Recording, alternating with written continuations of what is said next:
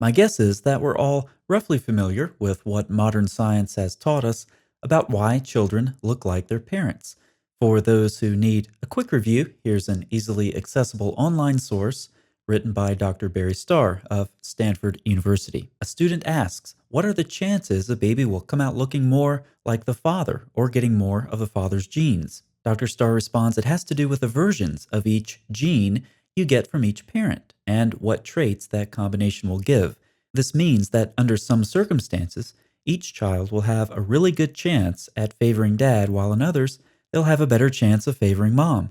And sometimes a child won't favor either and may look more like an uncle or an aunt or different from everyone else in the family. That is the beauty of genetics. However, Muhammad had a different explanation. He believed that the physical features of a child were based on something else. In multiple Sahih rated hadith, he said, the man's water is thick and white, and the woman's water is thin and yellow. Whichever of them comes first, the child will resemble that parent. Notice very carefully the wording in the second hadith. Whichever comes first or predominates, the child will resemble that parent. If you've learned anything from my channel at all, it's that when you see something odd like this, it's okay to laugh. However, after that, you need to start asking, where did this come from? Muhammad was by no means original. Many others, like the philosopher Aristotle, also believed that physical features, such as facial features, were sex associated. Sounding conspicuously like Muhammad, Aristotle said, so that if this movement, i.e., the semen, gains the mastery, it will make a male and not a female, and a male which takes after its father, not after its mother. Of course, Aristotle had much to say about this, as did many others in the ancient world, like Hippocrates, whether he was a single figure or a composite. Much later, after Aristotle and Hippocrates, Galen said, if it happens that the similarity arises in accordance with the dominant semen, all the parts will become similar to that one of the parents whose semen dominates. Recall that this ancient widespread theory is exactly what we find Muhammad saying in the Hadith. But how did Muhammad come to learn this blatant scientific error?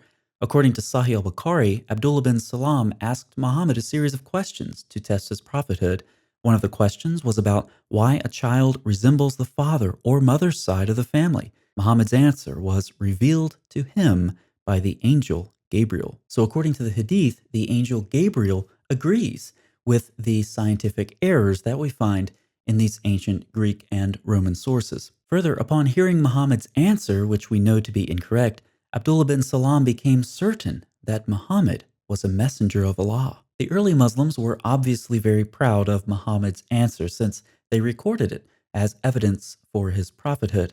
Ironically, the evidence of Muhammad's prophethood, marshaled by Muslims now, is no better than it was then. But how did these ancient theories make it to the Islamic sources? If you're familiar with my channel, again, you can already guess one very plausible answer. Many of the ideas about ancient Greek embryology are reflected in rabbinic literature, from which the Quran and Hadith frequently borrow, as I have shown in detail elsewhere. We'll save rabbinic embryology for another video, but let's just say that there are some striking similarities between what we find in this literature and the Islamic sources like the Hadith and the Quran. Big surprise. Now, some questions for Muslims. How can you trust Muhammad when he said something that ignorant? How can you trust Muhammad's angel to reveal the Quran reliably when he told Muhammad something that ignorant about embryology? Do you think the angel Gabriel also revealed this knowledge to the ancient Greek philosophers, where many of these ideas originated and developed? Should this be considered proof of their prophethood as well? Or would you prefer to deny all of the hadith mentioned? If so, what is your basis for denying the three Sahih narrations cited, which are attested in multiple collections? And what would this mean for the reliability of your hadith in general? First option. If Muhammad actually said this, he was clearly influenced by ancient biological theories that spread largely from the Greeks, and he was wrong. This is ironic given the claims modern Muslims make about the miraculous scientific knowledge embedded in their sources. Second option, perhaps Muhammad did not actually say this. That means the early Muslims imported an ancient biological theory into the Hadith and gave it a said by Muhammad stamp of approval, along with a Sahih rating, even using it as proof of his angelic revelations and prophethood. Did the early Muslims fabricate Sahih Hadith in trying to prove Muhammad was a prophet? I'm not sure which of these two options is worse. Fortunately, I don't have to decide. See you next time.